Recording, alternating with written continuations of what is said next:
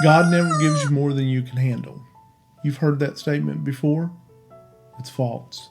How about this one? I could care less. I think what people really mean is I couldn't care less. And then what about this statement? You can be anything you want to be. Is that true?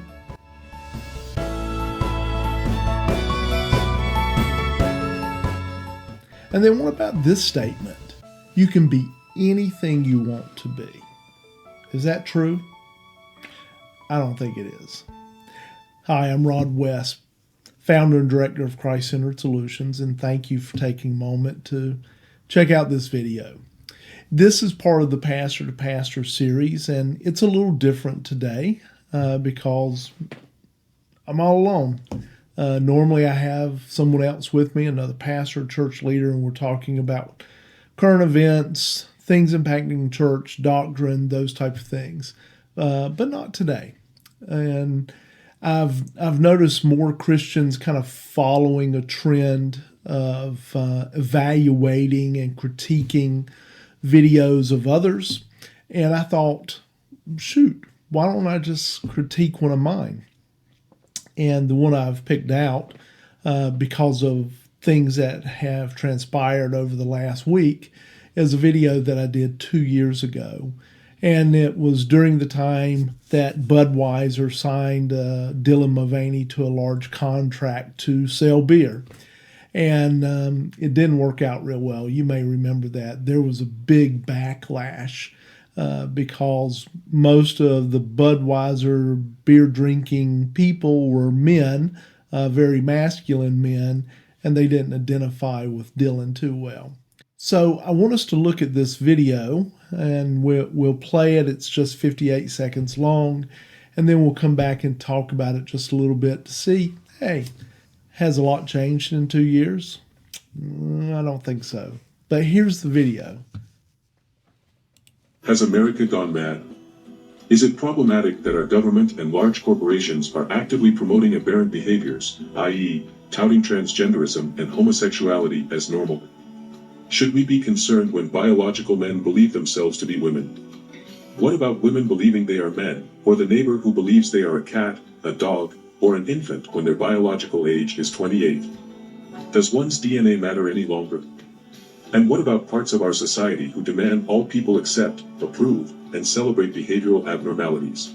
Note Romans 1 verses 28 to 32, and just as they did not see fit to acknowledge God, God gave them up to a depraved mind, to do those things that are not proper, having been filled with all unrighteousness, wickedness, greed, and evil. And although they know the ordinance of God, those who practice such things are worthy of death. They not only do the same, but also approve of those who practice them. I think we're in trouble and need to turn to Christ today.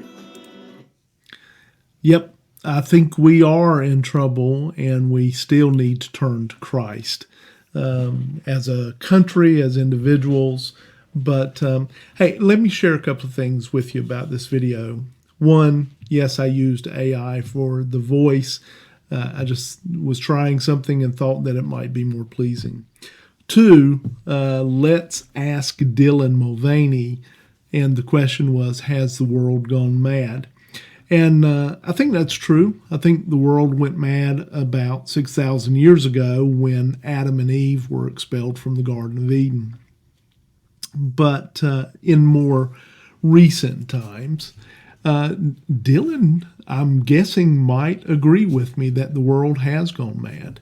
But we're looking at it from different perspectives and different lenses for sure. I wanted to stop on this particular part of the video or go back to it because of what the Apostle Paul said, and to see that some things really never do change. From the fall, man has now wanted to worship himself. There's a sense of idol worship taking place, and so I want to be my own God is the mentality. But notice what Paul says here, which I think is really interesting and fits with what took place a couple of years ago and what's taking place now, as we saw with some things that took place this past week. But notice what he says. They not only do the same, the sins, but also approve of those who practice them. And I think that's what hasn't changed. It has just become a little more magnified now.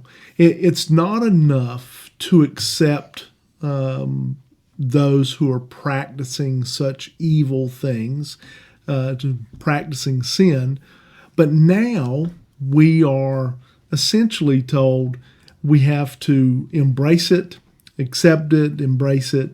We also have to then promote it and celebrate what is taking place. In the video, I use the term to promote and celebrate behavioral abnormalities. And I really think that's what this is. Is it mental health? Are there mental health issues? Yeah, I think to a degree there are, particularly with transgenderism, even homosexuality. But more than that, it's a sin. And for those who practice such things, they want the rest of us to participate in the sense of promoting them and celebrating their sexual ideology and their sexual perversion, really. And that's kind of what we're seeing take place in our government. We saw it a couple of years ago in the Biden administration. Now we're seeing it in a different way the Trump administration is handling things. But there was, on Tuesday of this past week, a Supreme Court hearing for transgender athletes out on the West Coast. I think it's California, Oregon. And I have part of that, and where Justice Alito is asking some questions of one of the lawyers that is promoting transgender athletes. And so I wanted you to, if you didn't hear it, I just wanted you to hear the absurdity of the answer that is given by this particular attorney. And is it not necessary for there to be, for equal protection purposes, if that is challenged under the Equal Protection Clause, an understanding of what it means to be a boy or a girl or a man or a woman? Yes, Your Honor. And what is that definition for equal protection purposes? What does it mean to be a boy or a girl or a man or a woman? Sorry, I misunderstood your question. I think that the underlying enactment, whatever it was, the policy, the law, we'd have to have an understanding of how the state or the government was just understanding that term to figure out whether or not someone was excluded. We do not have a definition for the court, and we don't take issue with the. I mean, get that. Essentially, what this attorney is saying is that there is no definition of boy, girl, man, woman until the state gives it a definition, gives people a definition. You do see and hear the absurdity in that, right? That there is no difference between gender and sex, and you can't change chromosomes. There's XX and XY, there's female and male, but yet this particular attorney is arguing for such an absurdity. Let's hear just a little bit more. We're not disputing the definition here. What we're saying is that the way it applies in practice is to exclude birth sex males categorically from women's teams, and that there's a subset of those birth sex males where it doesn't make sense to do so according to the state's own interest. Well, how can a court determine whether there's discrimination on the basis of sex without knowing what sex means for equal protection purposes? I think here we just know that we basically know that that they've identified pursuant to their own statute, Lindsay qualifies as a birth sex male, and she's being excluded categorically from the women's teams as the statute. So we're taking the statute's definitions as we find them. Okay, we'll stop on that one. But it's just crazy, isn't it?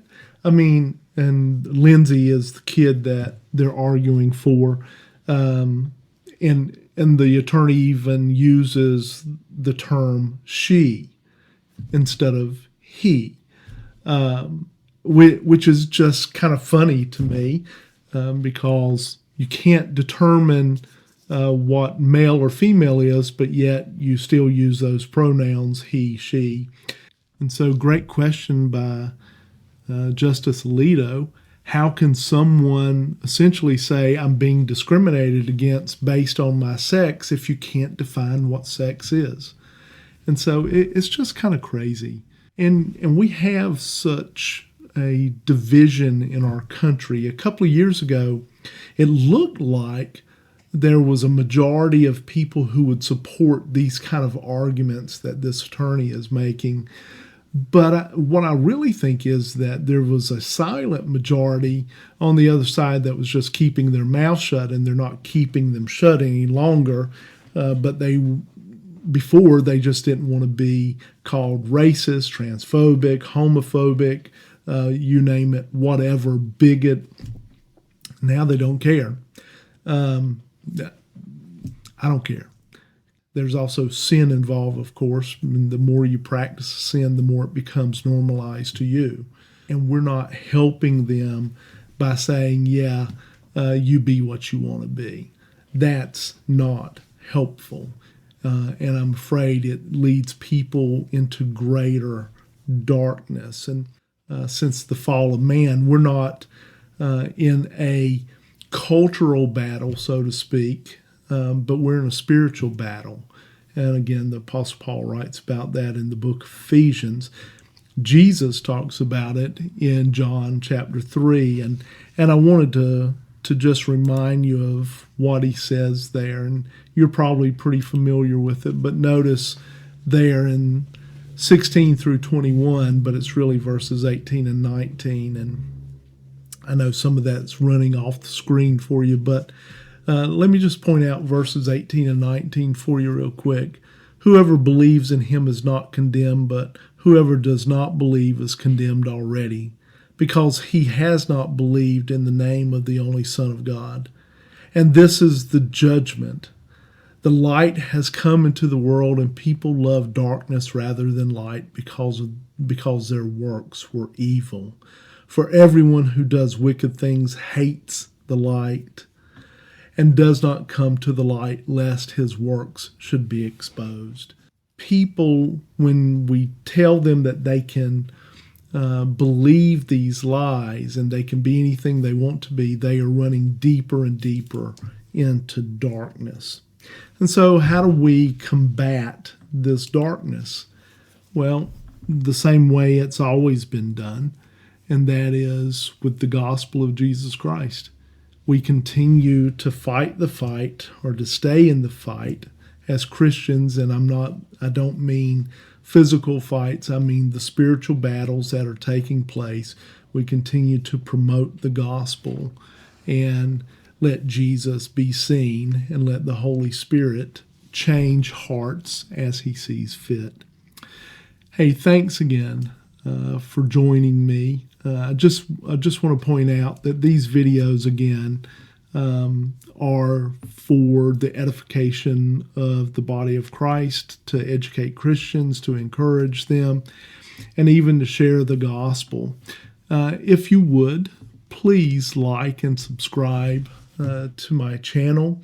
There's a couple of other things I'd like to encourage you to do, and one is to visit our Facebook page at Christ-Centered Solutions. And here, I'll pull it up for you. We would love to have you join our Facebook page, join our newsletter. Matter of fact, we just sent one out. Our folks came together and put this together. We normally, in the past, have only done a newsletter every few months, but in 2026, we're trying to put one together every month. That's what our media assistant is doing for us, Alexis, and she's doing a great job. But if you want to, go to our Facebook page, check out our new newsletter. We've got a lot in there. And it will also take you to our website, which is at Christ-Centered Solutions. This is the home page here. And one of the things that I just wanted to show you was, if you would go to those resources, there are some more things there for you. under counseling and coaching aids. And here's one of the things that we've put up recently, relationship questions worksheet. And it's a way of building communication between you and your loved one. But it takes place over 6 weeks. You can read all about it here. And there are 38 questions, one for each day, that opens up conversations that you can have with one another. And some of them are pretty serious. Some of them are just fun. But I would encourage you to go and check out the website, go and check out our Facebook page, and stay up to date with us. Hey, thanks a lot for being here and watching this. And if we can be of any help to you, or if you have questions, and I would love to have your questions and we can address them on Pastor to Pastor or some video short, just email us or connect with us here. You can go to contact and you can put your message in here, and we would love to hear from you, okay? Thanks again. God bless.